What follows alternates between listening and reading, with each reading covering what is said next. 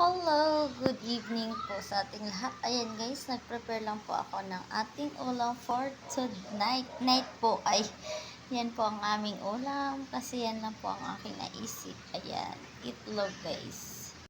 So, ayan na nga guys, ang ating ulam for today.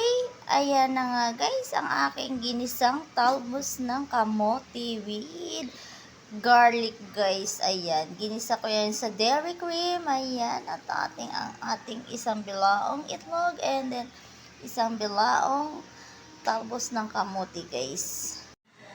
Ayan na guys, nakumpleto ko na po ang aming hapunan guys. Ayan ang aking langganisa with castello guys. Ayan, syempre ang aking talbos ng kamote with garlic guys. Ayan, syempre hindi mapapahuli ang aking sunny side up na itlog. Ayan, so let's eat na guys. Ayan, nakapag-prepare na po tayo. Isang bilaong itlog, isang bilaong langganisa, at syempre isang bilaong talbos ng kamote. So let's eat na guys.